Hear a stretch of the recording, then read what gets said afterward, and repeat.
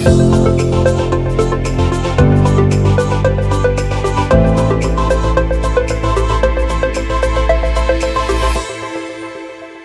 year in the Bible study, கடந்த வருடத்திலே இந்த Bible ஸ்டடியிலே we are meditating about Jesus. நாம் இயேசுவை குறித்து தியானித்துக் கொண்டிருந்தோம்.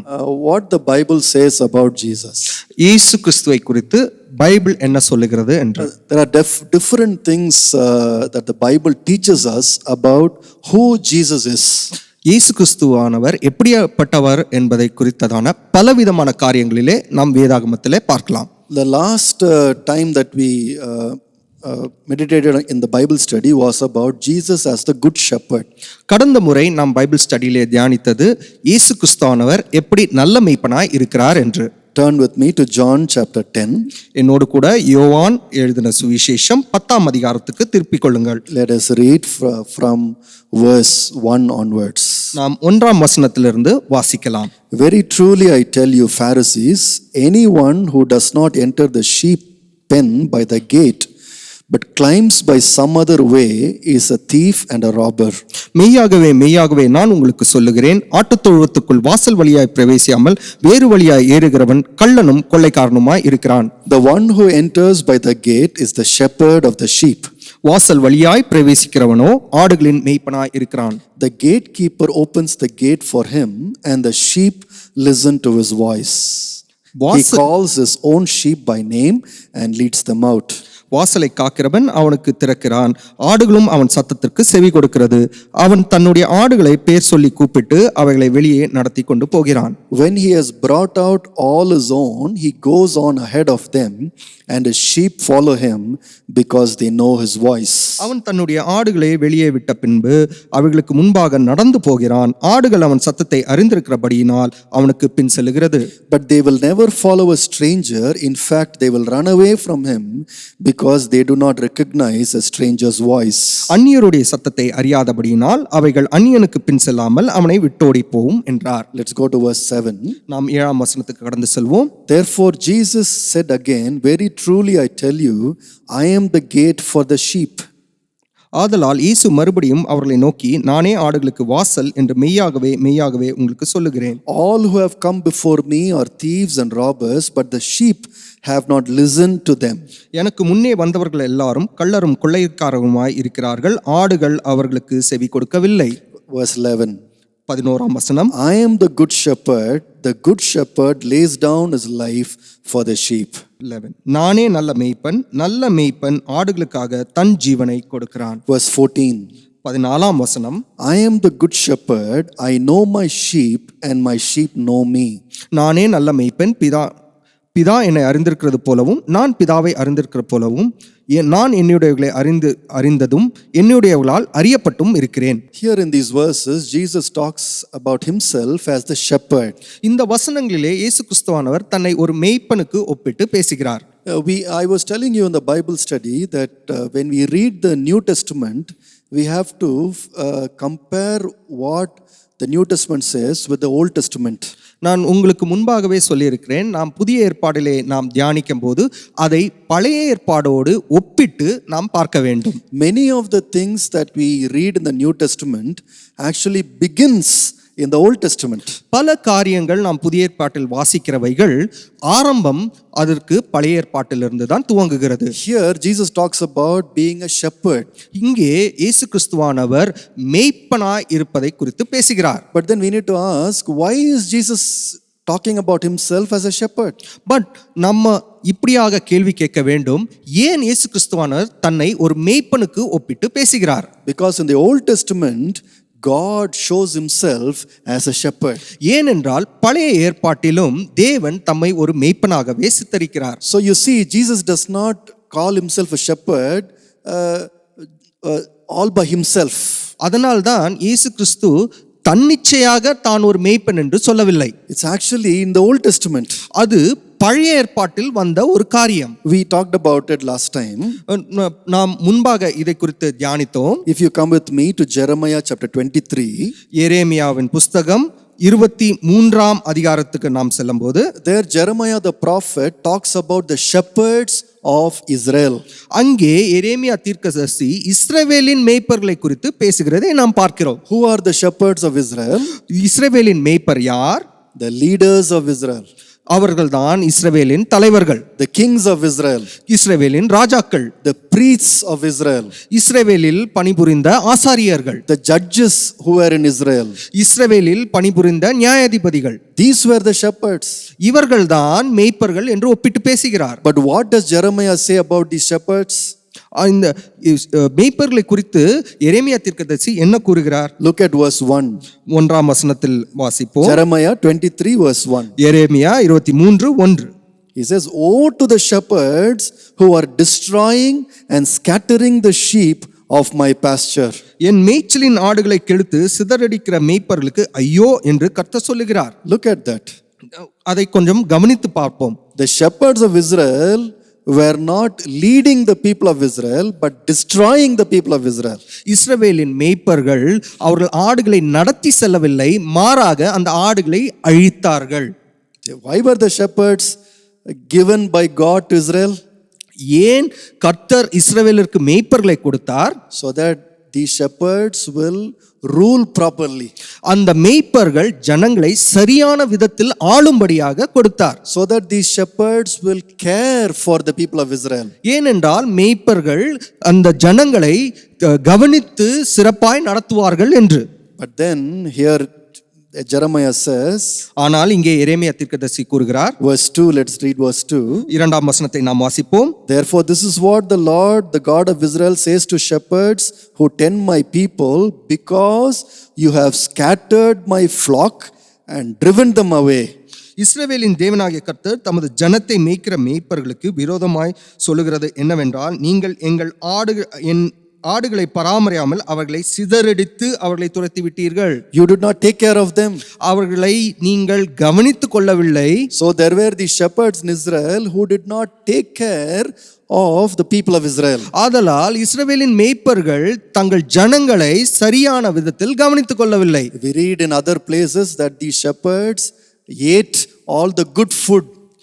மற்ற வேதத்தின் மற்ற பகுதிகளில் நாம் வாசிக்கிறோம், மேய்ப்பர்கள் நல்ல கொழுத்த ஆகாரத்தை தாங்களே உண்டார்கள் என்று. They did not give food to the sheep. அவர்கள் ஆடுகளை பராமரியாமல் தங்களுக்கே அவர்கள் பராமரித்துக் கொண்டார்கள். They were very rich. அவர்கள் பணக்காரர்களாக இருந்தார்கள். People were very poor. ஆனால் ஜனங்களோ மிகவும் ஏழ்மையில் இருந்தார்கள். They had everything. அவர்களுக்கு எல்லாம் இருந்தது. But the people had nothing. ஆனால் ஜனங்களுக்கோ ஒன்றும் இல்லாமைய. This was the state in Israel. இதுதான் இஸ்ரவேலின் நிலைமையாக இருந்தது. And so what did God say in verse 3? அதனால் 3ஆம் வசனத்திலே கர்த்தர் என்ன சொல்கிறார்? I myself will gather the remnant of my flock out of all countries and I will bring them back to their pasture. நான் என் ஆடுகளில் மீதியாயிருப்பவர்களை துரத்தியிருந்த எல்லா தேசங்களிலும் இருந்து சேர்த்து அவைகளை திரும்ப அவைகளின் தொழுவங்களுக்கு கொண்டு வருவேன். Look at verse 5. 5ஆம் வசனத்தை பாருங்கள். The days are coming, declares the Lord, இதோ நாட்கள் வரும் என்று கர்த்தர் சொல்கிறார், when I will raise up for David a righteous branch. அப்பொழுது தாவீதுக்கு ஒரு நீதியுள்ள கிளையை எழும்ப பண்ணுவேன். God will raise up a branch for David. தாவீதுக்கு ஒரு நீதியுள்ள கிளையை தேவன் எழும்ப பண்ணுவார். A king who will reign wisely. அந்த ராஜா ஞானமாய் ராஜரீகம் பண்ணுவார். Let us stop here. இதோடு நிறுத்திக் கொள்வோம். Let us ask a question. நாம் இப்படியாக ஒரு கேள்வியை கேட்போம். Who fulfilled this prophecy? இந்த தீர்க்க தரிசனத்தை நிறைவேற்றினது யார்? Who is this king? Who is this shepherd? யார் இந்த மேய்ப்பன்? யார் இந்த ராஜா? God says, I myself will shepherd. தேவன் சொல்லுகிறார், நான் உங்களை மேய்ப்பேன். So John 10 ஆகையால் யோவான் 10ஆம் அதிகாரத்தில் is actually a fulfillment of Old Testament prophecy. அது பழைய ஏற்பாட்டில் உள்ள தீர்க்க தரிசனத்தை நிறைவேற்றுகிறதா இருக்கிறது. So when Jesus said, I am the good shepherd, ஆதலால் இயேசு நானே நல்ல மேய்ப்பன் என்று சொன்னபோது, why did he use that word shepherd? ஏன் மேய்ப்பன் என்ற வார்த்தையை அவர் உபயோகப்படுத்தினார்? Is it because he liked shepherds very much? இது ஏதோ மேய்ப்பர்களை மிகவும் நேசித்தபடியினாலயா? No, because it is said in the Old Testament. அதனால் இல்லை, இது பழைய ஏற்பாட்டில் குறிப்பிடப்பட்டதாய் இருந்ததனால். That is why we can say the New Testament explains the Old Testament. ஆதலால் தான் புதிய ஏற்பாடு பழைய ஏற்பாடை விளக்குவதாய் இருக்கிறது. We cannot understand the New Testament without the Old Testament. புதிய ஏற்பாடை பழைய ஏற்பாட்டின் உதவி இல்லாமல் நம்மால் புரிந்து கொள்ள முடியாது. Because both are connected. ஏனென்றால் இரண்டும் இணைக்கப்பட்டதாய் இருக்கிறது. So let's come back to John chapter 10. நாம் இப்போது யோவான் 10ஆம் அதிகாரத்துக்கு திரும்ப வருவோம். Verse 11. 11ஆம் வசனத்தை பார்ப்போம். I am the good shepherd. நானே நல்ல மேய்ப்பன். Look at verse 1. 1ஆம் வசனத்தை வாசிக்கும். He says about the Pharisees. பரிசேயர்களை குறித்து பேசுகிறார். And he says, is a thief and a robber, he says. அவர்கள் திருடனும் கொள்ளைக்காரருமாய் இருக்கிறார்கள். See, they were like the shepherds in Jeremiah chapter 23 verse 1. எரேமியா 23ஆம் அதிகாரத்தில் சொல்லப்பட்ட மேய்ப்பர்களை போன்ற மேய்ப்பர்கள் தான் இந்த பரிசேயர். They were thieves and robbers. அவர்கள் திருடரும் கொள்ளைக்காரருமாய் இருந்தார்கள். They were killing the sheep and eating it. அவர்கள் அந்த ஆடுகளை கொன்று அதை உணவாக உண்டார்கள். But then now God himself in Jesus Christ has come as the right, correct and good shepherd. ஆனால் தேவன் தாமே இயேசு கிறிஸ்துவின் மூலமாய் சரியான ஒரு மேய்ப்பனாக சிறப்பான ஒரு மேய்ப்பனாக இந்த உலகத்தில் வந்தார். Hallelujah. Jesus is a good shepherd for us. இயேசு கிறிஸ்துவே நல்ல மேய்ப்பனாய் இருக்கிறார். Even today we can take comfort in that truth. இன்றைக்கு கூட அந்த உண்மையிலே நாம் ஆறுதல் அடைய முடியும். We can say, I have a good shepherd. நாம் சொல்ல முடியும் எனக்கு ஒரு நல்ல மேய்ப்பன் இருக்கிறார் என்று. He does not care for himself. அவருக்காக மாத்திரம் கவலைப்படுகிறது கிடையாது. He cares for me. அவர் என்னை குறித்தும் கரிசனை உள்ளவராய் காணப்படுகிறார். Look at how Jesus says in verse 11, I lay down my life for the sheep. 11ஆம் வசனத்திலே நாம் வாசிக்கும் போது நல்ல மேய்ப்பன் ஆடுகளுக்காக தன் ஜீவனை கொடுக்கிறான் என்று சொல்லுகிறார். Verse 15 in English Bible, he says, I lay down my life for the sheep. 15ஆம் வசனத்திலே வாசிக்கிறோம், ஆடுகளுக்காக என் ஜீவனையும் கொடுக்கிறேன் என்று. Oh, this is the good shepherd we have. இதுதான் நல்ல மேய்ப்பன். So God fulfilled the promise that he gave through Jeremiah. ஆதலால் தேவன் எரேமியா தீர்க்கதரிசி மூலமாய் கொடுத்த வாக்குத்தத்தத்தை நிறைவேற்றினார். That is why we say almost 85% of the prophecies in the Old Testament are fulfilled. அதனால் தான் நாம் கூறுகிறோம் 85% தீர்க்க தரிசனங்கள் பழைய ஏற்பாட்டில் குறிப்பிடப்பட்ட தீர்க்க தரிசனங்கள் புதிய ஏற்பாட்டிலே நிறைவேறி ஆயிற்று. Who fulfilled it? ஆனால் யார் இதை நிறைவேற்றினார்? Jesus. இயேசு கிறிஸ்துவானவர். Jesus. இயேசு கிறிஸ்துவானவர். And so when we read the Old Testament, ஆதலால் பழைய ஏற்பாடை நாம் வாசிக்கும் போது we need to immediately connect it with Jesus. நாம் உடனடியாக இயேசு கிறிஸ்துவோடு நாம் இணைத்து பார்க்க வேண்டும். Who is the one who fulfilled it? யார் இந்த தீர்க்க தரிசனத்தை நிறைவேற்றினார்? Jesus. இயேசு கிறிஸ்துவானவர். But then I want to add one more aspect here. ஆனால் இதிலே ஒரு காரியத்தை நான் சேர்த்துக்கொள்ள விரும்புகிறேன். When you look at John chapter 10, நாம் யோவான் 10ஆம் அதிகாரத்தை வாசிக்கும் போது Jesus not only talks about good shepherd, இயேசு கிறிஸ்துவானவர் நல்ல மேய்ப்பனை குறித்து மாத்திரம் பேசவில்லை, he also talks about the sheep. அவர் ஆடுகளை குறித்தும் பேசுகிறார். You see, it is one thing to say Jesus is a good shepherd, I have a good shepherd. இது இயேசு கிறிஸ்து நல்ல மேய்ப்பனாய் இருக்கிறார், எனக்கு ஒரு நல்ல மேய்ப்பன் இருக்கிறார் என்று சொல்வது ஒரு புறம் இருக்கட்டும். But then ஆனால் you and I need to know that we are sheep. நீங்களும் நானும் ஆடுகளாய் இருக்கிறோம் என்பதை நாம் அறிந்து கொள்ள வேண்டும். In the same chapter in John 10, Jesus talks about the sheep and specifies one important thing about the sheep. ஆதலால் யோவான் 10ஆம் அதிகாரத்திலே இயேசு கிறிஸ்துவானவர் ஆடுகளை குறித்து பேசி அதற்கு ஒரு முக்கியமான கருத்தையும் ஒன்று சொல்லுகிறார். What does Jesus talk about the sheep here? Anybody can find. Listen. கேட்கிறதா இருக்கிறது. See, you and I are sheep. நீங்களும் நானும் ஆடுகளாய் இருக்கிறோம். When will we experience the care of the shepherd? நாம் மேய்ப்பனுடைய ஆறுதல், மேய்ப்பனுடைய கரிசனையை என்றைக்கு நாம் அனுபவிக்க முடியும்? When will we see the leading of the shepherd in our life? எப்பொழுது மேய்ப்பனுடைய வழிநடத்துதலை நம்மால் அனுபவிக்க முடியும்?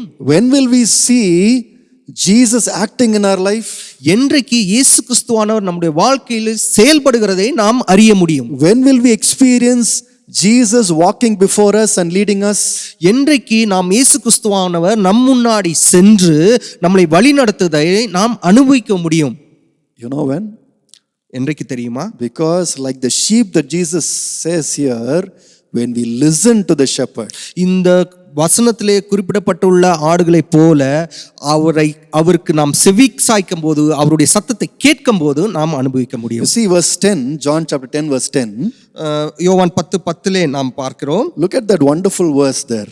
அங்கே ஒரு அருமையான வசனத்தை நாம் பார்க்கிறோம். Jesus says the thief comes only to steal and kill and destroy.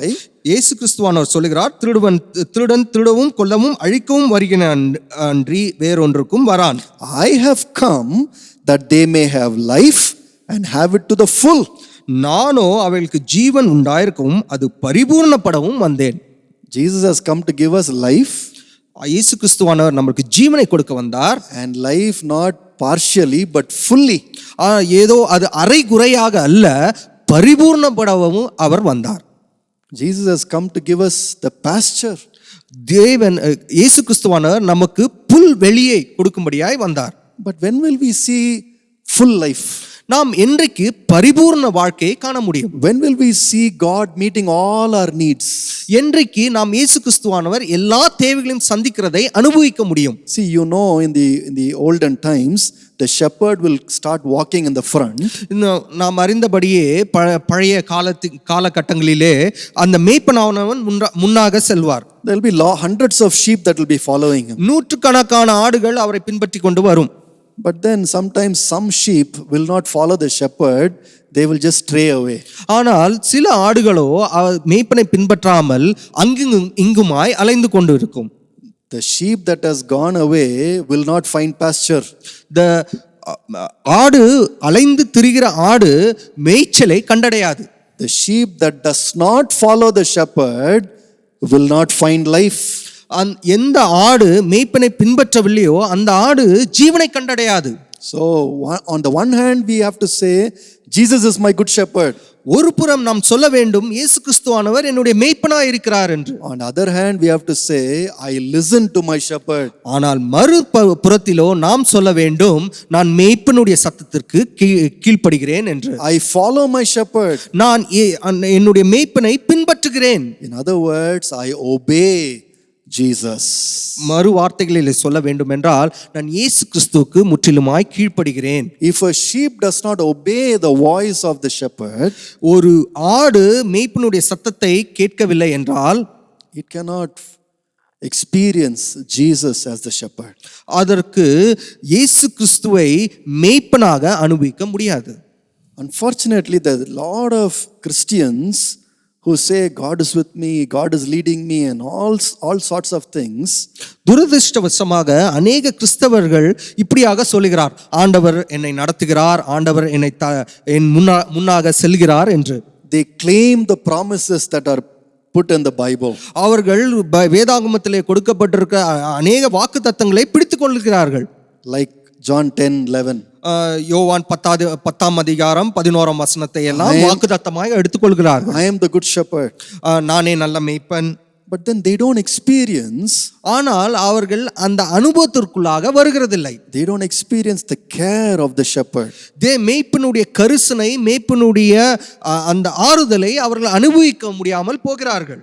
They are all alone in this world. அவர்கள் இந்த உலகத்திலே தனிமையான ஒரு வாழ்க்கையை நடத்துகிறார்கள். Dear brothers and sisters, you and I need to obey this shepherd. அருமையான சகோதர சகோதரிகளே, நீங்களும் நானும் கர்த்தருடைய சத்தத்திற்கு கீழ்ப்படிய வேண்டும். On Sundays we are meditating on the book of Deuteronomy. ஞாயிற்றுக்கிழமைகளிலே உபாகமத்தின் புத்தகத்தை நாம் தியானிக்கிறோம். I just want to compare what Jesus says in John 10 with this book, this chapter 1 in Deuteronomy. யோவான் 10ஆம் அதிகாரத்திலே இயேசு கிறிஸ்துவானவர் சொன்னதையும் உபாகமத்தின் 1ஆம் அதிகாரத்தில் உள்ள கொடுக்கப்பட்ட வசனங்களையும் நான் கம்பேர் பண்ணி பார்க்கும்படியாக விரும்புகிறேன். Again you see there that God was leading the people of Israel. நாம் அதை ஒப்பிட்டு பார்க்கும்போது ஆண்டவர் இஸ்ரவேல் ஜனங்களை நடத்தி சென்றார் என்று நாம் வாசிக்கிறோம். God was going before them in a pillar of fire by night and a cloud by day. பகலிலே மேகஸ்தம்பமாகவும் இரவினிலே அக்கினி ஸ்தம்பமாகவும் தேவன் இஸ்ரவேல் ஜனங்களை வழி நடத்தினார். But then even though God was so clearly visibly going before them, they were not able to get the land of Canaan. ஆண்டவர் தெளிவாக அவர்களுக்கு முன்பாக போன பின்பு கூட அவர்கள் இஸ்ரவேல் ஜனங்கள் அந்த கானான் தேசத்தை சுதந்திரிக்கவில்லை. You know why? ஏன் தெரியுமா? Only small thing, obedience. ஒரே ஒரு சின்ன காரியம்தான் கீழ்ப்படிதல். They refused to obey the shepherd. அவர்கள் மேய்ப்பனுக்கு கீழ்ப்படிவதற்கு மறுத்தார்கள். And so that is a warning for you and me. அது இன்றைக்கு உங்களுக்கும் எனக்கும் ஒரு எச்சரிக்கையாய் இருக்கிறது. We can also sing about God and say God is my shepherd. நாமும் தேவனை குறித்து இப்படியாக பாடலாம், அவர் என் மேய்ப்பராய் இருக்கிறார் என்று. God is going before me. தேவன் எனக்கு முன்னாக செல்கிறார் என்று பாடலாம். God will destroy my enemies. என்னுடைய சத்துருக்களை அவர் அழிப்பார் என்று பாடலாம். God will give me victory. தேவன் எனக்கு ஜெயத்தை தருவார் என்று கூட பாடலாம். But in our life, ஆனால் நம்முடைய வாழ்க்கையிலோ we may be still struggling with sin. நாம் இன்னும் பாவத்தோடு போராடி கொண்டிருக்கலாம். We may not have the strength to overcome temptations. இன்றைக்கும் சோதனையிலே ஜெயிப்பதற்கு நாம் பலனற்றவர்களாய் காணப்படலாம். In our personal life, we might be so alone and without strength. நம்முடைய தனிப்பட்ட ஜீவியத்திலே தனிமையாக பலனற்றவர்களாய் காணப்படலாம். Why? ஏன்? Because sometimes it's difficult to obey the shepherd. ஏனென்றால் சில வேளைகளிலே மேய்ப்பனுக்கு கீழ்ப்படிவது கடினமாய் இருக்கிறது. But then God understands our weakness. ஆனால் தேவன் நம்முடைய பலவீனத்தை புரிந்து கொள்கிறார். And God helps us to obey. அவர் நமக்கு கீழ்ப்படிவதற்கு உதவியும் செய்கிறார். God knows that we are weak. தேவனுக்கு தெரியும் நாம் பலவீனமானவர்கள் என்று. God knows that we are like sheep which go astray. நாம் சிதறடிக்கப்பட்ட ஒரு ஆடுகளைப் போல இருக்கிறோம் என்பதை அவர் அறிவார். So God often talks to us about obedience.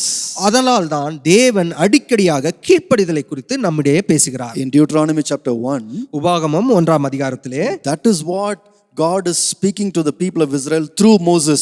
இதைத்தான் இஸ்ரவேல் ஜனங்களுக்கு மோசே மூலமாக தேவன் போதிக்கிறார். He is teaching them to obey the Lord. அவர் இஸ்ரவேல் ஜனங்கள் கீழ்ப்படிய வேண்டும் என்று போதிக்கிறார். Without obedience, nothing can happen. கீழ்ப்படிதல் இல்லாமல் ஒன்றுமே நடக்காது. How does God show us or help us to obey? தேவன் நமக்கு எப்படியாக கீழ்ப்படிவதற்கு உதவி செய்கிறார்? In Deuteronomy chapter 1, உபாகமம் 1ஆம் அதிகாரத்திலே verse 4 and 5, 4ஆம் 5ஆம் வசனத்திலே நாம் பார்க்கும்போது this is what Moses tells them. இதுதான் மோசே இஸ்ரவேல் ஜனங்களுக்கு சொல்கிறார். This was after he had defeated Sihon king of Amorites, who reigned in Heshbon, and at Edrei had defeated Og king of Bashan, who reigned in Ashtaroth. எஸ்போனிலே குடியிருந்த எமோரியன் ராஜாவாகிய சீகோனியும் எத்ரேயின் அருகே அஸ்தரோத்தில் கூடியிருந்த பாசானின் ராஜாவாகிய okay என்பவனையும் மோசே முறிய அடித்த பின்பு. Now I want you to focus on chapter 1 for a little bit. நாம் இப்பொழுது இந்த உபாகமம் 1ஆம் அதிகாரத்திலே சற்று கவனத்தை திசை திருப்புவோம். See, what is the main message of Moses? மோசேயின் முக்கியமான செய்தி என்ன? He says, God has brought you near Canaan. அவர் சொல்கிறார், தேவன் உங்களை கானான் தேசத்துக்கு அருகே கொண்டு வந்து விட்டார். Now if you obey the Lord, இப்பொழுது நீங்கள் தேவனுடைய சத்தத்திற்கு கீழ்ப்படிவீர்கள் ஆனால் you will get Canaan. நீங்கள் கானானை சுதந்திரித்துக் கொள்ள முடியும். You will not be like your fathers and mothers. நீங்கள் உங்கள் முற்பிதாக்களை போல இருக்க மாட்டீர்கள். They also came near, but they missed it. அவர்களும் பக்கத்திலே வந்தார்கள், ஆனால் அதை தவறவிட்டார்கள். In verse 2, 2ஆம் வசனத்திலே வாசிக்கிறோம். that is what Moses says. அதை தான் மோசே கூறுகிறார். It takes 11 days to go from Horeb to Kadesh Barnea. ஓரேபிலிருந்து Kadesh பர்னேயாவுக்கு போகின்ற தூரம் 11 நாட்களே. Now what is Kadesh Barnea? Kadesh பர்னேயா என்பது என்ன? That is the next, that is near Canaan. அதுதான் கானானுக்கு பக்கத்திலே இருக்கிற ஊர். So these people started from Horeb, which is Mount Sinai.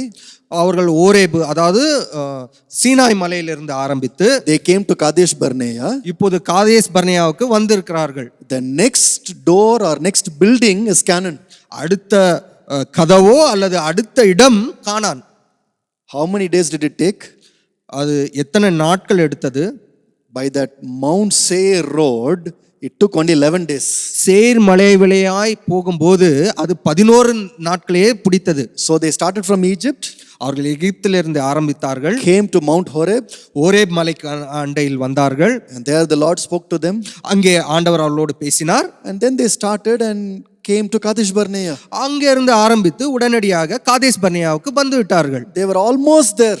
அவர்கள் கிட்டத்தட்ட வந்து விட்டார்கள். But what happened at Kadesh Barnea? ஆனால் காதேஸ் பர்னேயாவிலே என்ன ஆயிற்று? They sent 12 spies to Canaan. அவர்கள் 12 வேவு பார்க்கிறவர்களை அங்கே அனுப்பினார்கள். Out of those 12 people, 10 people came and said, we cannot overcome. அந்த 12 பேரிலே 10 பேர் திரும்ப வந்து கூறினார்கள், நாம் அந்த இடத்தை சுதந்திரிக்க முடியாது என்று. And so in Kadesh Barnea, the people of Israel began to rebel against the Lord. ஆகையால் காதேஸ் பர்னேயாவில் இஸ்ரவேலர் தேவனுக்கு விரோதமாக முரண்டு பிடிக்க ஆரம்பித்தார்கள். So God got angry with them and sent them back. ஆதலால் தேவன் அவர்கள் மேலே கோபம் கொண்டு அவர்களை திரும்ப அனுப்பினார். Now verse 3. இந்த 3ஆம் வசனத்திலே வாசிக்கிறோம். After that, அதற்கு அப்புறமாக in the 40th year, on the first day of the 11th month, Moses says, 40ஆம் வருஷம் 11ஆம் மாதம் முதல் தேதியிலே, so in 11 days they came near Canaan. 11 நாளிலேயே அவர்கள் கானானுக்கு அருகே வந்து விட்டார்கள். But now it's 40 years now, they are now nowhere near Canaan. ஆனால் இப்பொழுதோ 40 வருடங்கள் ஆகிவிட்டது, ஆனால் கானானின் பக்கத்தில் கூட அவர்கள் வரவில்லை. God is taking them round and round, round and round, round and round. தேவன் அவர்களை அங்கும் இங்குமாக அலைய விட்டார். You know why? ஏன் தெரியுமா? Because they did not obey. அவர்கள் தேவனுக்கு கீழ்ப்படியவில்லை. Now Moses tells this new generation, ஆதலால் மோசே இந்த புதிய தலைமுறையினருக்கு சொல்லுகிறார், you have to obey. நீங்கள் தேவனுக்கு கீழ்ப்படிய வேண்டும். Only if you obey you can take Canaan. நீங்கள் கீழ்ப்படிந்தால் மாத்திரமே கானானை சுதந்திரிக்க முடியும். Now you have also come near Canaan. நீங்களும் இப்போது கானானின் அருகே வந்து விட்டீர்கள். Only the river Jordan is there. இப்பொழுது யோர்தான் நதி மாத்திரமே இருக்கிறது.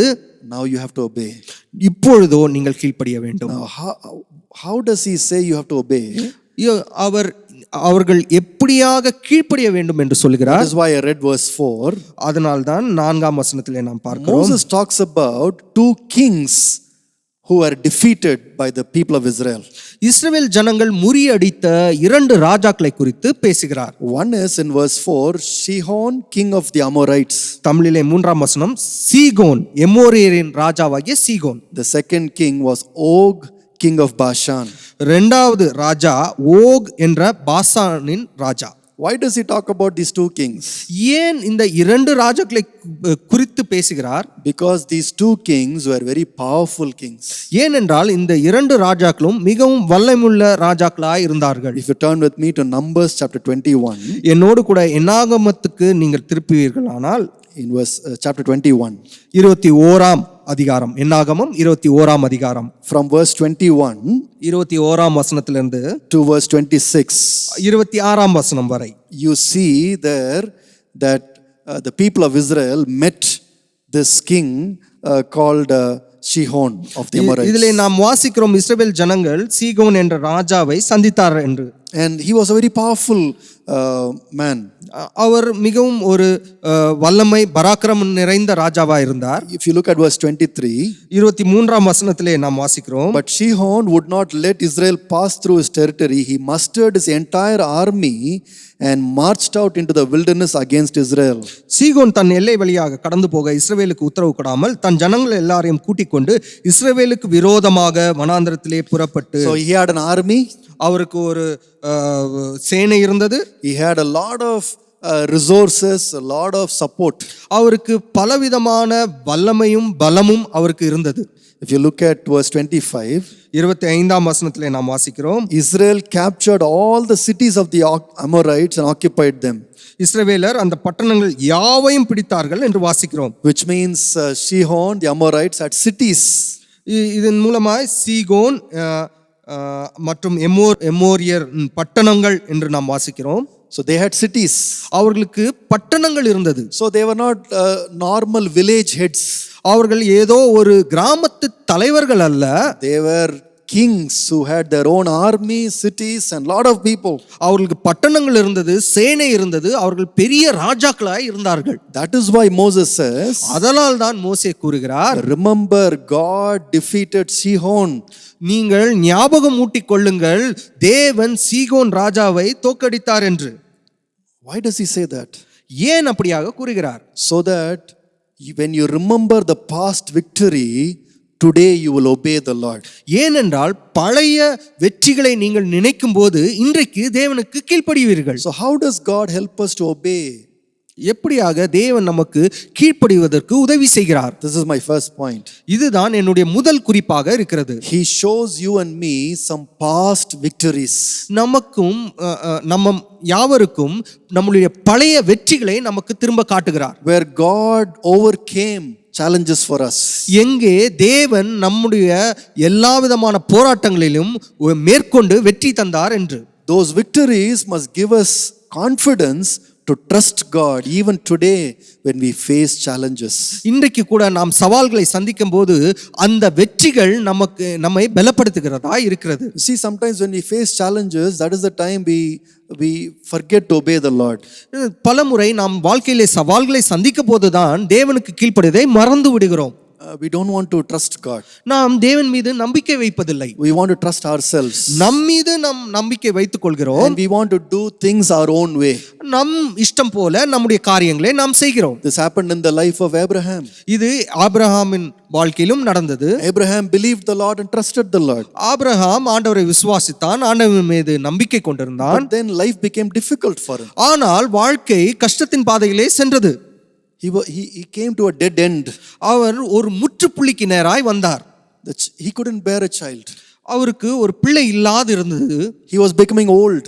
அவருக்கு வயதும் ஆகி கொண்டிருந்தது. And so at that point, அந்த சூழ்நிலையிலே he stopped obeying God. அவர் தேவனுக்கு கீழ்ப்படிவதை விட்டுவிட்டார். According to that tradition in that time, அந்த நாட்களின் முறைமையின்படியே he took the servant of his wife the servant of his wife as his wife. Yeah. அவருடைய மனைவியின் வேலைக்காரியை தன்னுடைய மனைவியாய் ஏற்றுக்கொண்டார். Why was he not able to obey the Lord? ஏன் தேவனுக்கு அவரால் கீழ்ப்படிய முடியவில்லை? Because life was so challenging. ஏனென்றால் வாழ்க்கை மிகவும் சவாலாக அமைந்தது. It was so difficult to obey the Lord. அது தேவனுக்கு கீழ்ப்படிவதை இன்னும் கஷ்டத்திற்கு வழியாக கொண்டு சென்றது. We will also have the same struggle. நமக்கும் அப்படிப்பட்டதான ஒரு கஷ்டம், ஒரு போராட்டம் உண்டு. We know that we have to follow the shepherd. நமக்கு தெரியும் மேய்ப்பனை நாம் பின்பற்றி செல்ல வேண்டும் என்று. We know that we have to obey God. நமக்கு தெரியும் தேவனுக்கு நாம் கீழ்ப்படிய வேண்டும் என்று. But then sometimes life becomes so difficult. ஆனால் வாழ்க்கையோ கஷ்டத்தின் பாதையிலே செல்கிறது. At that point, God says, அந்த தருணத்திலே ஆண்டவர் சொல்கிறார், remember there was a time when you had victory. நீங்கள் ஞாபகம் ஊட்டிக் கொள்ளுங்கள், ஒரு நாளிலே நீங்கள் வெற்றி பெற்றீர்கள். Today your life may be difficult. இன்றைக்கு உங்கள் வாழ்க்கை ஒரு கஷ்டத்தின் பாதை வழியாக செல்லலாம். Don't look at today. ஆனால் இன்றைக்குள்ளதை நீங்கள் காண வேண்டாம். Look at the past. உங்களுடைய பழையதை நீங்கள் நினைவு கூறுங்கள். When God gave you the strength to overcome two powerful kings, உங்களுக்கு தேவன் பெலன் தந்து இரண்டு சக்தி வாய்ந்த ராஜாக்களை மேற்கொள்ளும்படியாய் உதவி செய்தார். when you think about those things, அந்த காரியங்களை நீங்கள் நினைப்பூட்டிக் கொள்ளும்போது, when you think about previous victory, உங்களுடைய பழைய வெற்றிகளை நீங்கள் நினைவு கூறும்போது, today you will be able to obey the Lord. இன்றைக்கு தேவனுக்கு உங்களால் கீழ்ப்படிய முடியும். My friends, sometimes when we go through struggles, அருமையானவர்களே, சில நேரங்களில் நாம் கஷ்டத்தின் பாதை வழியாக செல்லும்போது we must remember that God delivered us from eternal hell. நாம் ஞாபகம் மூட்டிக் கொள்ள வேண்டும், நித்திய ஆக்கினையிலிருந்து தேவன் நம்மை காப்பாற்றி இருக்கிறார் என்று. God gave us victory one day. நமக்கு தேவன் ஒரு நாள் வெற்றியை கட்டளையிட்டார். We were running towards eternal hell. நாம் நித்திய நரகத்துக்கு நேராய் ஓடிக்கொண்டிருந்தோம். Nobody even told us that we were going towards hell. ஒருவரும் நமக்கு நாம் நரகத்துக்கு நேராய் சென்று கொண்டிருக்கிறோம் என்று சொல்லவில்லை. We were caught up in our sin.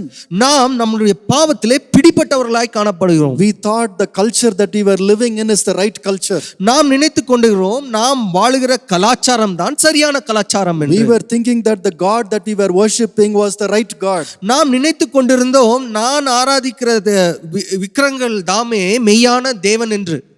We didn't even know that we were running towards hell.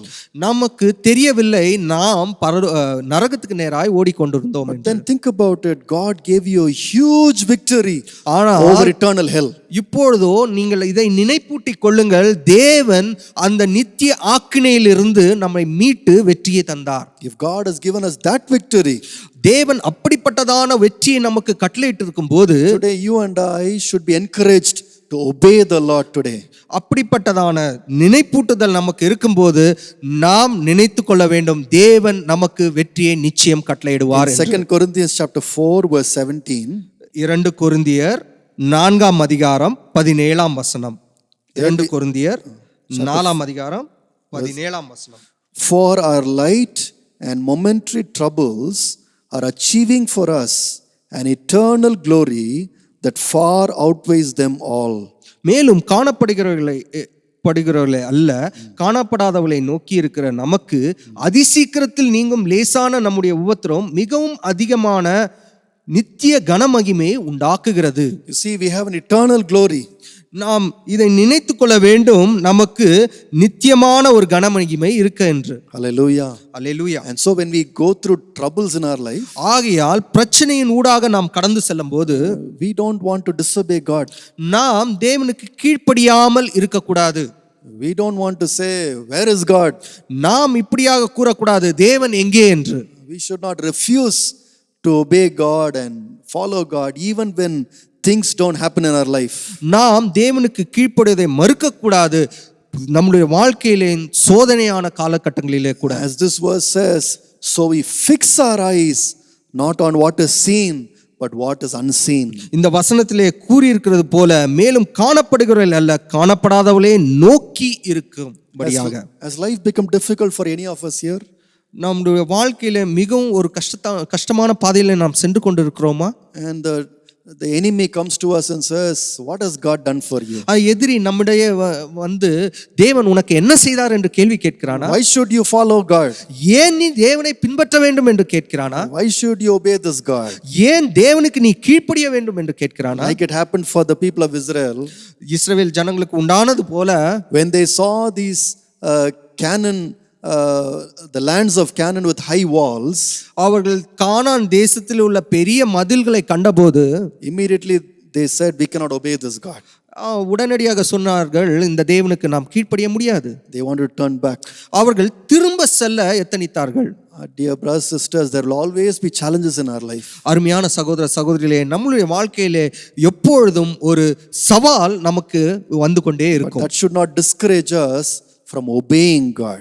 ஆனால் அந்த சவால்கள் நாம் தேவனுக்கு கீழ்ப்படிவதிலிருந்து நாம் சோர்ந்து போக அது விடக்கூடாது. Because only in the obedience, by obeying God, will we see the reward from God.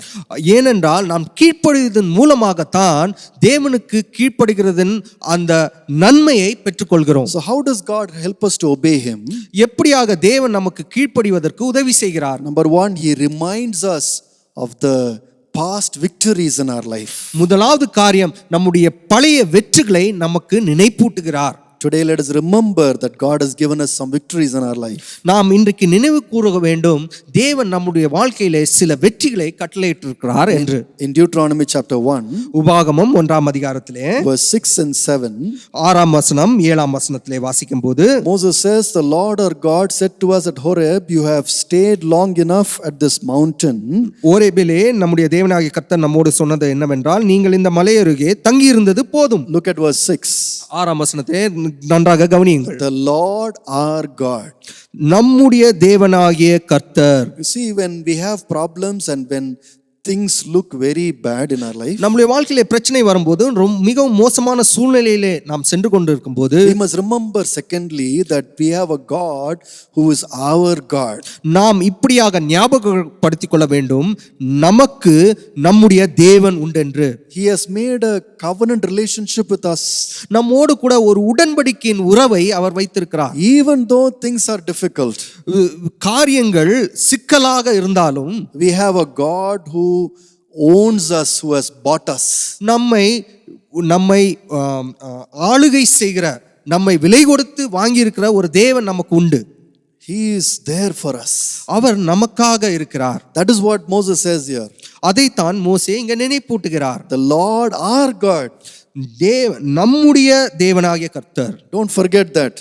இதை மறந்து விடாதீர்கள். When you compare this with John chapter 10, இதை நாம் யோவான் 10ஆம் அதிகாரத்தோடு ஒப்பிட்டு பார்க்கும்போது Jesus continues to say, my sheep.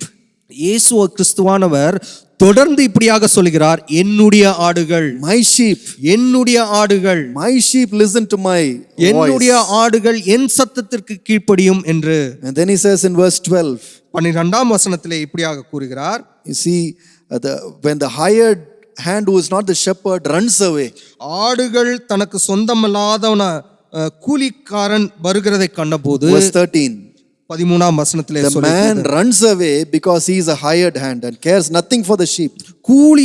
கூலிக்காக வேலை செய்கிறவன் ஆகையால் ஓடி போகிறான், ஆடுகளுக்காக அவன் கவலைப்படான். Verse 14, 14ஆம் வசனத்திலே, I know my sheep and my sheep know me. 15ஆம் வசனம் தமிழிலே, நான் என்னுடையவைகளை அறிந்திருக்கிறதும் என்னுடையவைகளால் அறியப்பட்டும் இருக்கிறேன். And then he says, I lay down my life for the sheep. தொடர்ந்து இப்படியாக சொல்லுகிறார், ஆடுகளுக்காக என் ஜீவனையும் கொடுக்கிறேன். And then he says, no one, verse 18 in English, no one takes it from me. ஒருவனும் அதை என்னிடத்திலிருந்து எடுத்துக்கொள்ள மாட்டான். Look at the relationship that Jesus is talking about. அங்கே இருக்கிற அந்த உறவை தேவன் எப்படியாக பேசுகிறார் என்பதை I பாருங்கள். lay down my life. நான் என் ஜீவனை கொடுப்பேன். No one can take it out from my hand.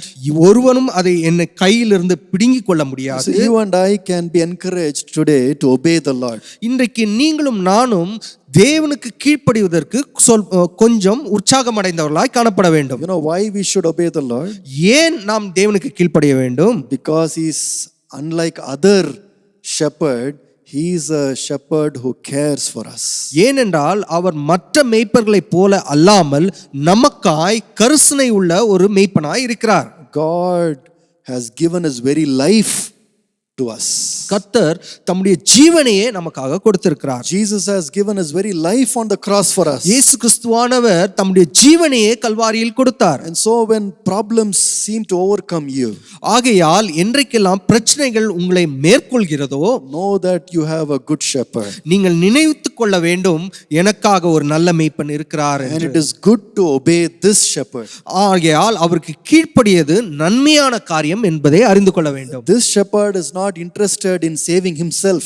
இந்த மேய்ப்பன் தன்னை காப்பாற்றிக் கொள்வதில் குறியாக இல்லை. This shepherd is interested in you and your future. அந்த மேய்ப்பன் உங்களையும் உங்களுடைய எதிர்காலத்தை குறித்தும் கருணை உள்ளவராய் காணப்படுகிறார். So whatever God is asking you to obey, ஆகையால் தேவன் எந்தெந்த காரியங்களை குறித்து கீழ்ப்படிய வேண்டும் என்று உங்களோடு பேசுகிறாரோ, just obey the Lord. அதை நீங்கள் கீழ்ப்படிந்து விடுங்கள். Just obey the Lord. அதை சாதாரணமாக கீழ்ப்படிந்து விடுங்கள். Because ஏனென்றால் you will never go wrong when you obey this God. நீங்கள் கர்த்தருக்கு கீழ்ப்படியும் போது நீங்கள் தவறி போக வாய்ப்பு இல்லை. Hallelujah.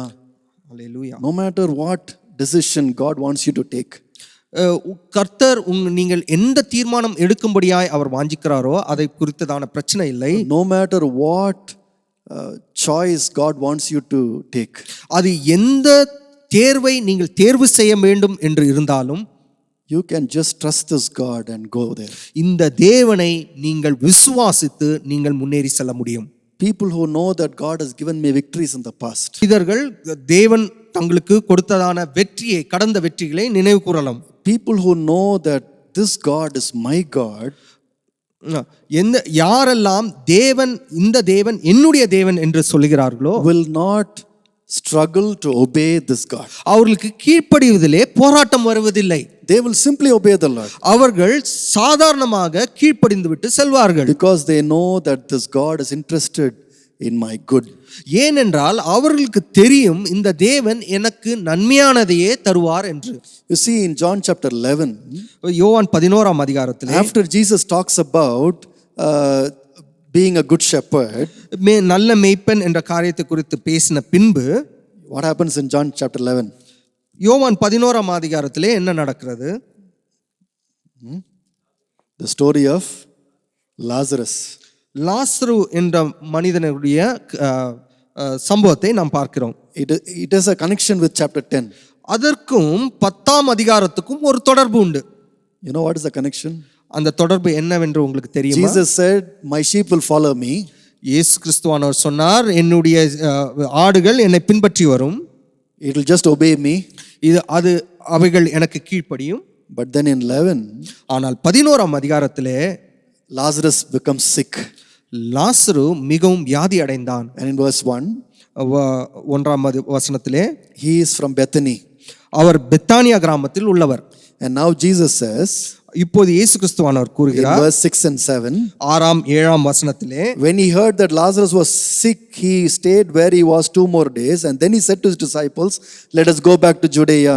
அவர் வியாதியா இருக்கிறதாக அவர் கேள்விப்பட்ட போது தாம் இருந்த இடத்திலே பின்னும் 2 நாள் தங்கினார். So Jesus, the good shepherd, is telling his sheep, "Let's go to Judea." இப்பொழுது இயேசு கிறிஸ்து என்ற நல்ல மேய்ப்பன் தன்னுடைய ஆடுகளை பார்த்து சொல்கிறார், வாருங்கள் நாம் யூதேயா தேசத்துக்கு செல்வோம். What should the sheep do? இப்பொழுது அந்த ஆடு என்ன செய்ய வேண்டும்? What should the disciples do? அந்த சீஷர்கள் என்ன செய்ய வேண்டும்? They must say, "Yes, let's go to Judea." அவர்கள் என்ன சொல்ல வேண்டும்? வாருங்கள் நாம் யூதேயாவுக்கு செல்வோம். But then in verse 8, ஆனால் 8ஆம் வசனத்திலே கூறுகிறார்கள், disciples say, சீஷர்கள் இப்படியாக சொல்லுகிறார்கள், "But Rabbi, they said a short while ago, the Jews there tried to stone you, and yet you are going back." ரபி, இப்பொழுதுதான் யூதர் உம்மை கல்லெறிய தேடினார்களே, மறுபடியும் நீர் அவர்களிடத்தில் போகலாமா என்றார்கள். Now you see the disciples have a struggle to obey Jesus. இப்பொழுது இங்கே பார்க்கலாம், சீஷர்கள் இயேசுவுக்கு கீழ்ப்படிவதிலே எவ்வாறாக போராட்டத்தை சந்தித்தார்கள் என்று. They are telling Jesus, "Let us go anywhere you want, but not Judea." அவர்கள் சொல்லுகிறார்கள், இயேசு கிறிஸ்துவானவரே, நாம் எங்க வேணாலும் செல்லலாம், ஆனால் யூதேயாவுக்கு செல்ல வேண்டாம். Because if we go to Judea, they are going to stone us. ஏனென்றால் யூதேயாவுக்கு சென்றோம் என்றால் அங்கே நம்மை கல்லெறிந்து கொல்லுவார்கள். You see, it is, we can obey God in 90% of things, but in the 10%, we will say, "Just not that only. Everything else I will obey you." நாம் தேவனுக்கு கிட்டத்தட்ட 90% நாம் கீழ்ப்படிந்து விடலாம், ஆனால் அந்த 10% மிகவும் கடினம் உள்ளதாய் காணப்படுகிறது. So the disciples are saying, ஆகையால் சீஷர்கள் இப்படியாக "We கூறுகிறார்கள், are not obeying this one commandment. நாங்கள் இந்த ஒரு காரியத்தை மாத்திரம் கீழ்ப்படிய மாட்டோம். We are not going to Judea with you." நாம் யூதேயாவுக்கு போக போறதில்லை. In verse 11, 11ஆம் வசனத்திலே, after he said this, Jesus went on to tell them, "Our friend Lazarus has fallen asleep, and I am going there to wake him up." இவைகளை அவர் சொல்லிய பின்பு அவர்களை நோக்கி, நம்முடைய சிநேகிதனாகிய லாசரு நித்திரை அடைந்திருக்கிறான், நான் அவனை எழுப்ப போகிறேன் என்றார். Jesus says he is sleeping, I am going to wake him up. இயேசு கிறிஸ்து சொன்னார், அவர் நித்திரையா இருக்கிறார், நான் எழுப்ப போகிறேன். Immediately the disciples catch this word. உடனடியாக சீஷர்கள் இந்த வார்த்தையை பிடித்துக் கொண்டார்கள். Verse 12 he said, the disciples say, 12ஆம் வசனத்திலே சீஷர்கள் இப்படியாக கூறுகிறார்கள், "Lord, if he sleeps, he will get better." அவர் நித்திரை அடைந்திருந்தால் சுகமடைவான் என்றார்கள். In other words, they are saying, "Let us not go to Judea, let him sleep." அவர்கள் இப்படியாக கூறுகிறார்கள், யூதேயாவுக்கு போக வேண்டாம், அவர் நித்திரையாகவே இருக்கட்டும். After little while he'll get up from his sleep and he'll be all right. அவர் பிற்பாடாக அவர் சுகமடைவார்கள் என்று விட்டார்கள். Let us not go to Judea. ஆனால் யூதேயாவுக்கு மாற்றம் செல்ல In வேண்டாம். other words, the sheep don't want to listen to the voice of the shepherd. வேறு விதமாய் கூற வேண்டும் என்றால், அந்த ஆடுகள் மேய்ப்பனுடைய சத்தத்திற்கு செவி சாய்க்கவில்லை. They are saying, "Let him sleep, Lord. We'll be here. Let him sleep. He'll get up after 2-3 days." அவர்கள் சொன்னார்கள், அவன் நித்திரையா இருக்கட்டும், அவர்கள் சுகமடைவார்கள் என்று. Because when you have fever and flu, it is better to take rest. ஏனென்றால் இந்த மாதிரி ஜுரம் போன்ற காரியம் வரும்போது நித்திரையா இருப்பது நல்லது. After some rest, you will automatically, the body will get all right. கொஞ்சம் நாம் ரெஸ்ட் எடுத்துக்கொண்டோம் என்றால் நம்முடைய சரீரம் சரியாகவிடும். But why are the disciples saying, "Let him rest"? ஏன் சீஷர்கள் இப்படியாக கூறினார்கள், அவன் நித்திரையாகவே இருக்கட்டும் என்று? Because they don't want to go to Judea. ஏனென்றால் அவர்கள் யூதேயாவுக்கு போக விருப்பமில்லை. They don't want to obey. அவர்களுக்கு கீழ்ப்படிய விருப்பமில்லை. Now you and I can also be in that kind of situation. நீங்களும் நானும் கூட அப்படியான ஒரு சூழ்நிலையிலே காணப்படலாம். We listen to this word of Jesus, "I am your good shepherd." நாம் இப்படியாக வார்த்தைகளை கேட்க முடியும், நானே உங்கள் நல்ல மேய்ப்பன் என்று அந்த வார்த்தையை கேட்க முடியும். We can lift up our hands and say, "God, I thank you because you are my good shepherd." நாம் கரத்தை உயர்த்தி ஆண்டவருக்கு நேராய், ஆண்டவரே நீரே என்னுடைய நல்ல மேய்ப்பன் என்று கூற முடியும். You will do a miracle for me. நீர் எனக்கு எனக்காக அதிசயத்தை செய்வீர் என்று சொல்லலாம். You will show me good pasture. நீங்கள் எனக்கு நல்ல மேய்ச்சலை காண்பிப்பீர்கள் என்று நாம் சொல்லலாம். You will give me full life. நீங்கள் பரிபூர்ண ஜீவனை கொடுப்பீர்கள் என்று நாம் சொல்லலாம். But then we might not experience that pasture and that full life.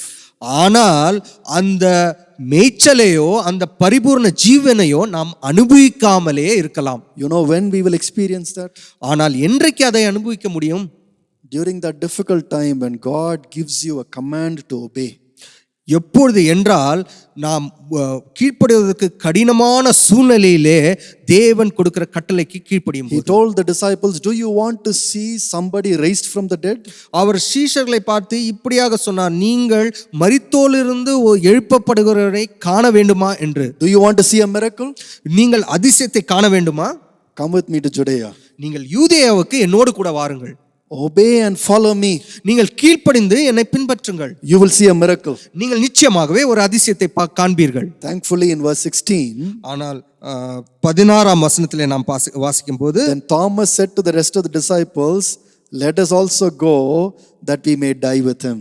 அப்பொழுது திதிமு எனப்பட்ட தோமா மற்ற சீஷர்களை நோக்கி அவரோடே கூட மரிக்கும்படி நாமும் போவோம் வாருங்கள். It is Thomas who encourages the other disciples. தோமா என்ற சீஷன் மற்ற சீஷர்களை உற்சாகப்படுத்துகிறார்.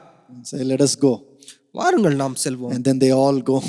அதற்கு பின்பாக எல்லாரும் பின்பற்றி சென்றார்கள். Thomas knew that there is death in Judea for Jesus and the disciples. தோமா இப்படியாக யோசித்துக் கொண்டிருந்தார், யூதேயாவிலே இயேசுவுக்கும் சீஷர்களுக்கும் நிச்சயமாகவே மரணம் உண்டு என்று. But still he said, let us go. ஆனாலும் அவர் சொன்னார், நாம் யாவரும் அவரோடு கூட சேர்ந்து And போவோம். when they went to Bethany, அவர்கள் பெத்தானியாவுக்கு போன போதோ they saw a great miracle happening right in front of their eyes. அவர்கள் கண்கள் முன்பாக ஒரு பெரிய அற்புதத்தை நடப்பதை அவர்கள் கண்டார்கள். The same thing happens with Martha. அதேதான் மார்த்தாளுக்கும் நடைபெறுகிறது. Jesus tells Martha, I want to go to the tomb. மார்த்தாள் இயேசுவை பார்த்து சொல்கிறார், நான் அந்த கல்லறைக்கு போக வேண்டும் என்று. Martha says, no, Lord. மார்த்தாள் சொல்கிறார், வேண்டாம் ஆண்டவரே. No, he will rise on the day of resurrection. அவர் உயிர்த்தெழுதலின் நாளிலே உயிர் பெற்று எழும்புவார். It's now 4 days now. இப்போது 4 நாட்கள் ஆகிவிட்டது. Let's not open the tomb. நாம் அந்த கல்லறையை திறக்க வேண்டாம். Again it's a issue of obedience. பிற்பாடும் நாம் காண்கிறோம், அது கீழ்ப்படுதலிலே காணப்படுகிற ஒரு போராட்டத்தை. Only when the sheep obey they will see the miracle. எப்பொழுது ஆடுகள் மேய்ப்பனுடைய சத்தத்துக்கு கீழ்ப்படுகிறதோ அப்பொழுதுதான் அதிசயங்களும் அற்புதங்களையும் காண முடியும். So what is the third thing that God does? அதனால் மூன்றாவது காரியம் என்ன கர்த்தர் செய்கிறார்? Number 1, he shows us past victories. முதலாவதான காரியம், அவர் நம்முடைய பழைய வெற்றிகளை நமக்கு காண்பிக்கிறார். Number 2, he says, I am your God. இரண்டாவது அவர் கூறுகிறார், நான் உன்னுடைய தேவன் என்று. Number 3, மூன்றாவதான காரியம், God moves us from our comfortable places. தேவன் நமக்கு சுகமா இருக்கிற இடங்களிலே விட்டு அவர் நம்மை நகன்று போகும்படியாய் சொல்லுகிறார். We don't want to go to places like Judea. நாம் யூதேயா போன்ற தேசங்களுக்கு செல்வதற்கு நமக்கு விருப்பம் இல்லை. We want to stay in a comfortable place. நாம் நமக்கு எங்கே வசதியாக சுகமா இருக்கிறதோ அந்த இடத்திலே தங்குவதற்கு பார்க்கிறோம். You know what God says sometimes? ஆனால் தேவன் என்ன சொல்கிறார்? Go into that place. நீங்கள் அந்த இடத்திற்கு போங்கள். Where it is not comfortable. அந்த இடத்திலே உங்களுக்கு வேண்டிய வசதிகள் இருக்காது. To that place you must go. அந்த இடத்திற்கு நீங்க செல்ல வேண்டும். In Deuteronomy chapter 1, உபாகமம் 1ஆம் அதிகாரத்திலே verse 7, 7ஆம் வசனத்திலே வாசிக்கிறோம். again there God tells the people of Israel, அங்கே திரும்பவும் இஸ்ரவேல் ஜனங்களுக்கு தேவன் இப்படியாக சொல்லுகிறார், break camp and advance into the hill country of the Amorites. Go to all the neighboring peoples in the Arabah, in the mountains, in the western foothills, in the Negev, and to the land of the Canaanites and to Lebanon. நீங்கள் திரும்பி பிரயாணம் பண்ணி புறப்பட்டு எமோரியனின் மலைநாட்டிற்கும் அதற்கு அடுத்த எல்லா சமனான வெளிகளிலும் குன்றுகளிலும் பள்ளத்தாக்கிலும் தென் திசையிலும் கடலோரத்திலும் இருக்கிற கானானியரின் தேசத்துக்கும் லீபனோனுக்கும் ஐப்ராத் நதி எனும் பெரிய நதி வரைக்கும் போங்கள். They are in Kadesh Barnea. அவர்கள் காதேஸ் பர்னேயாவில் இப்போது இருக்கிறார்கள். They are very comfortable. அங்கே அவர்கள் சுகமாய் தங்கிவிட்டார்கள். Now, what is God asking them to do? ஆனால் இப்பொழுதோ கர்த்தர் என்ன செய்ய சொல்கிறார்? He says, go into Canaan. நீங்கள் திரும்பவும் கானான் தேசத்துக்கு போங்கள். Get into Canaan. இப்போது கானான் தேசத்துக்குள்ளாக பிரவேசியுங்கள். Go to the Amorites. இப்போது எமோரியன் மத்தியிலே நீங்கள் போங்கள். That is where the problem started. அங்கேதான் பிரச்சனை ஆரம்பமாகிறது. Now what the people of Israel said? இப்போது இஸ்ரவேலர் என்ன கூறுகிறார்கள்? Okay, we'll go. நாங்கள் போகிறோம். But first let us send some spies. ஆனால் அதற்கு முன்பதாக சில வேவு பார்க்கிறவர்களை நாம் அனுப்புவோம். Let those 12 people come and give us a report. அந்த 12 பேரும் நமக்கு ஒரு செய்தியை கூறட்டும். And then based on that we will go. அந்த செய்தியின் வாயிலாக நாம் முன்னேறி செல்லலாம். And that is where everything fell down. ஆனால் அங்கேதான் வீழ்ச்சி ஆரம்பமாகிறது. What they should have said. அவர்கள் இப்படியாக கூறி இருக்க வேண்டும். When God said go to the Amorites, they should have said let's go. அவர்கள் தேவன் எப்பொழுது நீங்கள் எமோரியன் மத்தியிலே போங்கள் என்று சொன்னார்களோ ஆம் நாம் செல்லலாம் என்று அவர்கள் போயிருக்க வேண்டும். But when God was taking them to an uncomfortable place, they said wait. ஆனால் தேவன் ஒரு வசதி இல்லாத சூழ்நிலைக்குள்ளாக அவர்களை தள்ளும்போது அவர்கள் பொறுங்கள் வேண்டாம் என்று சொல்ல ஆரம்பித்தார்கள். Let's first try this. நாம் இப்படியாக முதலாவது முயற்சி செய்து பார்ப்போம். If that goes well, அந்த காரியம் வாய்த்தால் then we will see whether we can obey this God. பின்னாக நாம் தேவனுக்கு கீழ்ப்படிய முடியுமா என்பதை நாம் சிந்தித்து பார்ப்போம். In other words, they tried to postpone obedience. அதாவது அவர்கள் கீழ்ப்படியதை தள்ளி வைத்து விட்டார்கள். Tomorrow I will do it. நாளைக்கு நாங்கள் செய்கிறோம். Next week I will do it. அடுத்த வாரம் செய்கிறோம். When everything clears up, then I will do it. எல்லாம் சூழ்நிலையும் சாதகமாக வந்த பிறகு நாம் செய்யலாம் என்று. You know how God helps us? He just moves us to uncomfortable places. ஆனால் தேவன் நமக்கு எப்படி உதவி செய்கிறார் தெரியுமா? நமக்கு வசதி இல்லாத ஒரு இடத்திலே கொண்டு போய் He wants us to obey. அவர் விரும்புகிறது நாம் கீழ்ப்படிய வேண்டும் என்று. And when we delay the obedience, ஆனால் நாம் கீழ்ப்படிதலுக்கு தாமதிக்கும் போது many times we don't obey at all. நாம் நிறைய நேரங்களிலே கீழ்ப்படிவதே கிடையாது.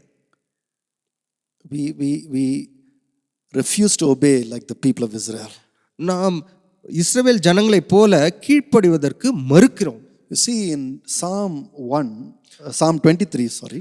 சங்கீதம் 23 நாம் பார்க்கும்போது again God calls himself as shepherd. அங்கேயும் தேவன் தன்னை ஒரு மேய்ப்பனாக காண்பிக்கிறார். It says the Lord is my shepherd, I shall lack nothing. அவர் சொல்கிறார் கர்த்தர் என் மேய்ப்பராய் இருக்கிறார், நான் தாழ்ச்சி அடையேன் என்று. But then you see where all the Lord leads that sheep. ஆனால் எங்கே எல்லாம் அவர் வழி நடத்தி செல்கிறார் என்பதை அதிலே வாசிக்கிறோம். The Lord leads the sheep through the valley of shadow of death. தேவன் தம்முடைய ஆடுகளை மரண இருளின் பள்ளத்தாக்கின் வழியாக நடத்துகிறார். And then the sheep keeps following God even in that uncomfortable place. ஆனாலும் அந்த வசதி இல்லாத இடத்திலும் அந்த பயங்கரமான இடத்திலும் அந்த ஆடுகள் தேவனுக்கு பின்பாக செல்கிறது. And that is why the psalm ends like this. அதனால் தான் சங்கீதம் இப்படியாக முடிவடைகிறது. Surely goodness and mercy shall follow me. என் ஜீவனுள்ள நாளெல்லாம் நன்மையும் கிருபையும் என்னை தொடரும் என்று. See, sometimes God wants us to obey the shepherd. சில நேரங்களிலே தேவன் மேய்ப்பனுக்கு கீழ்ப்படிய வேண்டும் என்று விரும்புகிறார். Sometimes he speaks to us about things we don't like to do. அநேக நேரங்களிலே நமக்கு பிடிக்காத காரியங்களை குறித்து தேவன் ஞாபகம் ஊட்டுகிறார். Sometimes he wants us to go where we don't want to go. சில நேரங்களில் நமக்கு போக பிடிக்காத இடத்திற்கு அவர் போக வேண்டும் என்று விரும்புகிறார். Sometimes he gives us a commandment to do things we don't want to do. சில நேரங்களிலே நமக்கு செய்ய பிடிக்காத காரியங்களை செய்ய வேண்டும் என்று தேவன் விரும்புகிறார். And when we obey the Lord, ஆனால் அந்த சூழ்நிலையிலே தேவனுக்கு நாம் கீழ்ப்படியும் போது, when we leave our comfortable place and go there, நமக்கு வசதியாய் சுகமாய் இருக்கிற அந்த இடத்தை விட்டு நாம் கடந்து செல்லும் போது, that is where we see the goodness and mercy of God. அந்த இடத்திலே தான் தேவனுடைய நன்மையும் கிருபையும் நாம் காண முடியும். My sheep follow me. என்னுடைய ஆடுகள் என்னை பின்பற்றி வருகிறது. My sheep listen to my voice. என்னுடைய ஆடுகள் என் சத்தத்திற்கு கீழ்ப்படுகிறது. My sheep will find pasture. என்னுடைய ஆடுகள் நல்ல மேய்ச்சலை கண்டடையும். When will these things be experienced by the sheep? என்றைக்கு ஒரு ஆட்டினால் இந்த காரியம் எல்லாவற்றையும் அனுபவிக்க முடியும்? When the sheep follows God in the uncomfortable places.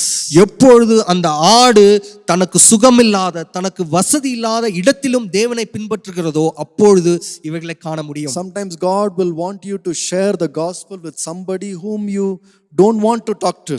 சில நேரங்களில் தேவன் நீங்கள் நற்செய்தியை வேதாகமத்தின் நற்செய்தியை மற்ற ஒருவரிடத்தில் நீங்கள் விரும்பாத ஒருவரிடத்தில் பகிர்ந்து கொள்ளும்படியாய் விரும்புகிறார்.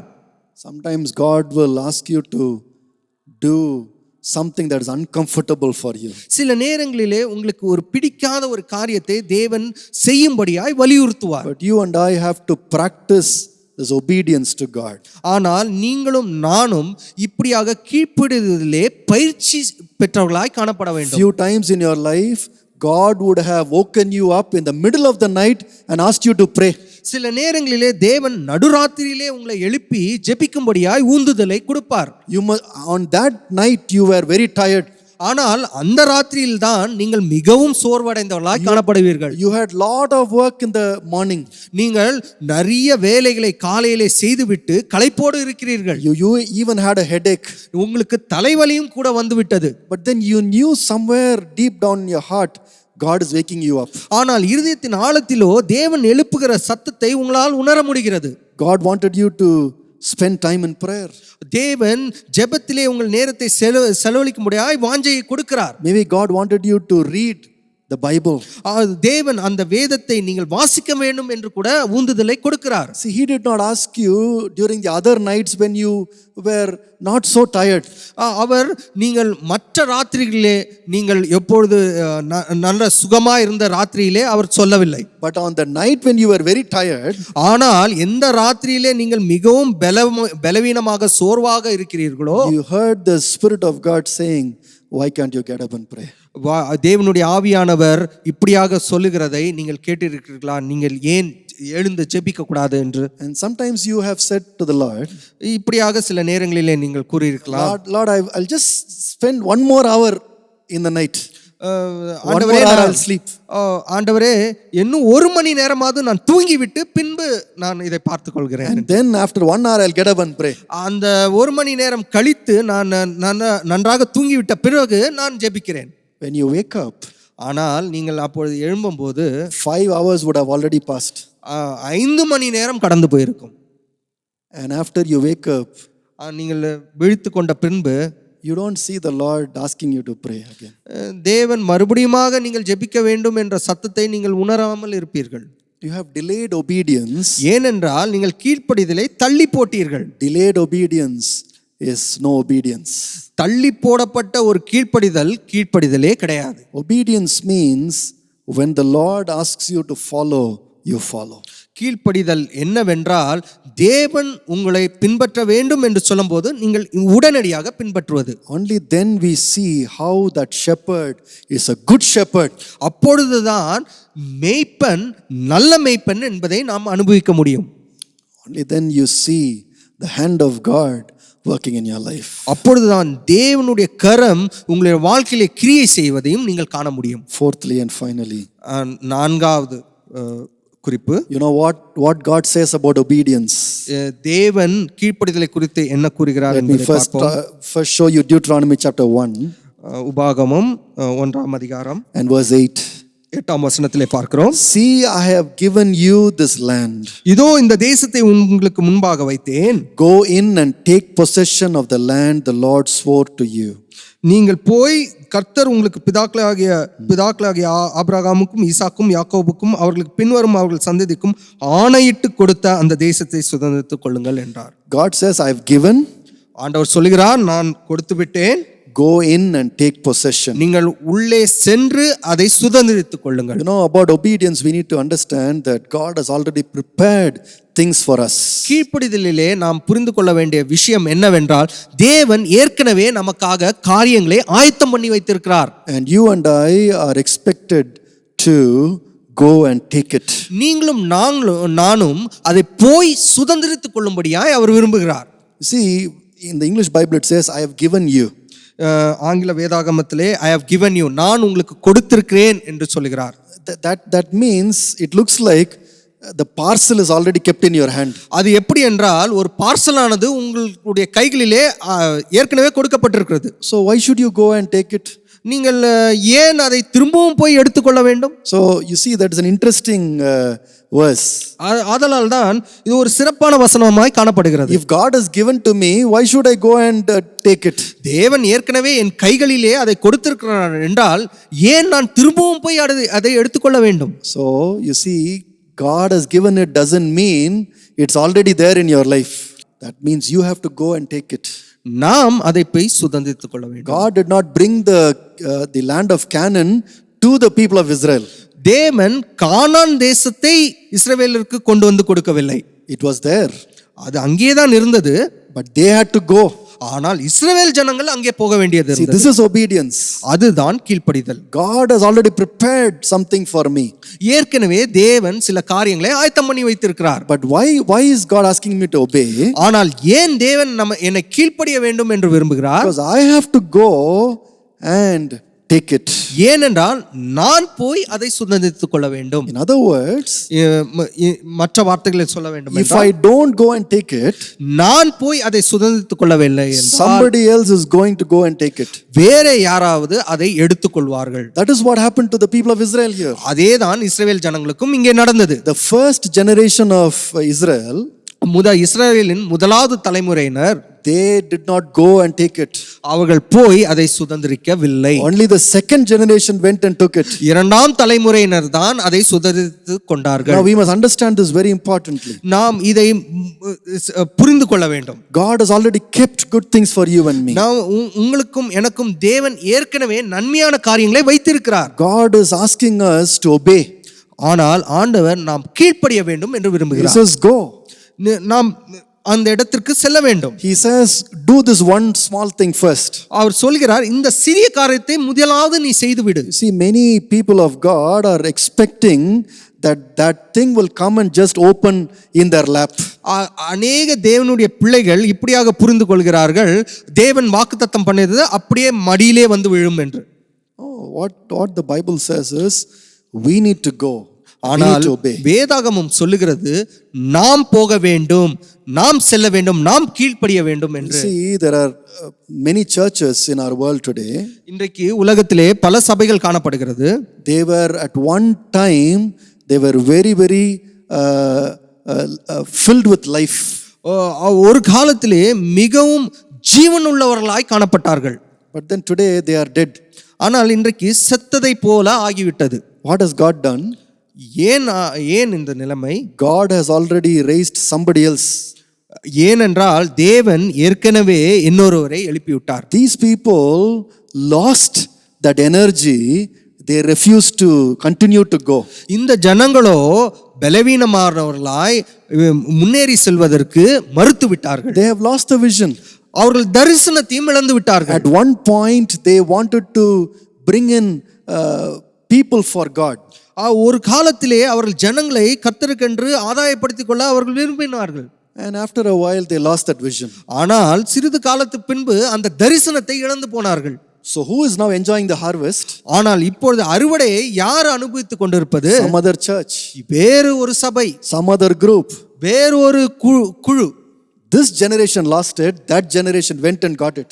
இந்த சந்ததியார் அதை இழந்தார்கள், மறு சந்ததியாரோ அதை சுதந்திரித்துக் கொண்டார்கள். Even for our church, நம்முடைய ஆலயத்துக்கும் இது பொருந்தும். God has already prepared the harvest for us. நமக்கு ஏற்கனவே ஒரு அறுவடையை தேவன் ஆயத்தம் பண்ணி வைத்திருக்கிறார். God has prepared people for us. ஏற்கனவே ஜனங்களை நமக்காக ஆயத்தம் பண்ணி வைத்திருக்கிறார். Even during this difficult time, இந்த கஷ்டமான சூழ்நிலையில கூட God has got hundreds and hundreds of souls for you and me. உங்களுக்காகவும் எனக்காகவும் நூற்றுக்கணக்கான ஆத்துமாக்களை ஆயத்தம் பண்ணி வைத்திருக்கிறார். But if you and I refuse to go, ஆனால் நீங்களும் நானும் போவதற்கு மறுத்தோமானால், God will simply raise another church. ஆண்டவர் இன்னொரு சபையை அவர் எழுப்பி விடுவார். God will raise another group. ஆண்டவர் இன்னொரு குழுவை எழுப்பி விடுவார். They will go and take what actually belongs to us. அவர்கள் நமக்கு சொந்தமானதை சுதந்திரித்துக் கொள்வார்கள். That is why in 1 Corinthians chapter 9 verse 27, ஆகையால் தான் 1 கொரிந்தியர் 9ஆம் அதிகாரம் 27ஆம் வசனத்திலே Paul says, I discipline my body so that I will not be disqualified. உங்களுக்கு பிரசங்கம் பண்ணுகிற நானே ஆகாதவனாய் போகாதபடிக்கு என் சரீரத்தை ஒடுக்கி கீழ்ப்படுத்துகிறேன். I discipline my body என் சரீரத்தை நான் ஒடுக்கி கீழ்ப்படுத்துகிறேன். so that I will not be disqualified. ஏனென்றால் நான் ஆகாதவனாய் போகக்கூடாது. It is there for me. அது எனக்காக வைக்கப்பட்டிருக்கிறது. But sometimes I will say I don't want to do it. ஆனால் சில நேரங்களில் நான் சொல்லுவேன் அதை என்னால் செய்ய முடியாது என்று. Dear brothers and sisters, God has kept something for you. சகோதர சகோதரிகளே, ஆண்டவர் உங்களுக்காக ஏதோ ஒரு காரியத்தை ஆயத்தம் பண்ணி வைத்திருக்கிறார். God has kept something for this church. ஏதோ ஒரு காரியத்தை இந்த சபைக்காக வைத்திருக்கிறார். God has kept something for your family. ஏதோ ஒன்றை நம்முடைய சிறப்பானதை நம்முடைய குடும்பத்திற்காக வைத்திருக்கிறார். God has something for your personal life. நம்முடைய தனிப்பட்ட ஜீவியத்திற்கென்று ஒரு சிறப்பான காரியத்தை வைத்திருக்கிறார். And if you believe that, அதை நீங்கள் விசுவாசித்தால் you will be ready to obey. நீங்கள் கீழ்ப்படுவதற்கு ஆயத்தமாய் You will இருப்பீர்கள். be excited, encouraged to obey. நீங்கள் உற்சாகம் உள்ளவர்களாய் காணப்படுவீர்கள். You will be asking the Lord, Lord, what should I do now? நீங்கள் ஆண்டவரிடத்திலே கேட்பீர்கள், ஆண்டவரே நான் இப்பொழுது என்ன செய்ய வேண்டும் என்று. Do you believe tonight that God has something for you? இந்த ராத்திரி வேளையிலே நீங்கள் விசுவாசிக்கிறீர்களா தேவன் உங்களுக்கு ஒரு காரியத்தை வைத்திருக்கிறார் என்று? God has prepared something for you. தேவன் உங்களுக்கு என்று ஒரு காரியத்தை ஆயத்தம் பண்ணி வைத்திருக்கிறார். And God says, go and take it. தேவன் சொல்லுகிறார், நீங்கள் போய் அதை சுதந்திரித்துக் In கொள்ளுங்கள் the New என்று. Testament, இந்த புதிய ஏற்பாட்டிலே Jesus 7 times told the disciples, go. 7 முறை தம்முடைய சீஷர்களுக்கு கூறுகிறார், போங்கள் என்று. I am sending you. நான் உங்களை அனுப்புகிறேன். I am sending you. நான் உங்களை அனுப்புகிறேன். The harvest is plenty. அறுவடை மிகுதியா இருக்கிறது. Go. நீங்கள் செல்லுங்கள். Today you and I must be able to go. இன்றைக்கு நீங்களும் நானும் போவதற்கு ஆயத்தமாய் இருக்க வேண்டும். Because there is something God has already prepared for you. ஏனென்றால் சிறப்பான ஒரு காரியத்தை தேவன் ஆயத்தம் பண்ணி வைத்திருக்கிறார்.